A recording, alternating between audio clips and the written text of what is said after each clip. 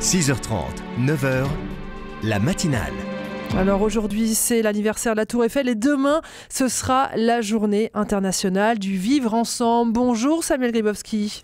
Oui, bonjour Stéphanie. Demain, c'est le 16 mai, la journée internationale du vivre ensemble en paix d'après l'ONU et la journée française de la fraternité d'après une coalition d'associations engagées pour retisser les liens brisés dans la société.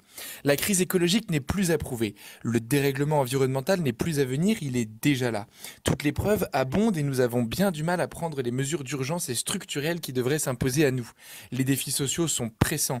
La crise des gilets jaunes témoigne parfois dans la violence du sentiment d'injustice généré par l'accumulation de richesses dans les mains de quelques-uns et des difficultés à vivre du plus grand nombre, même dans un pays développé, doté d'un système de solidarité organisé.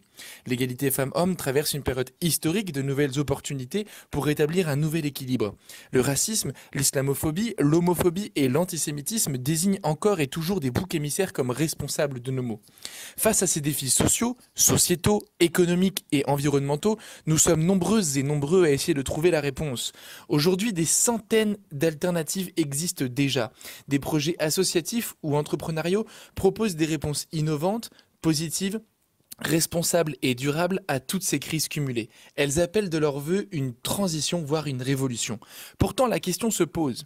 Si tant de solutions existent, pourquoi ne les appliquons-nous pas toutes et tous ensemble?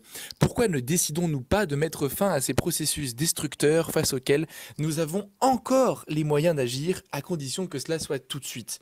Associations, entreprises sociales, mouvements citoyens ou instituts de recherche, nous nous consacrons au labo de la fraternité depuis des années à recréer du lien là où il a été brisé, à faire entendre la paix là où on apprend la haine, à déconstruire les préjugés là où ils sont coriaces, à faire vivre une expérience de la diversité là où on se replie sur soi, à donner le goût de l'autre et de l'engagement citoyen là où ne pourrait régner que l'individualisme.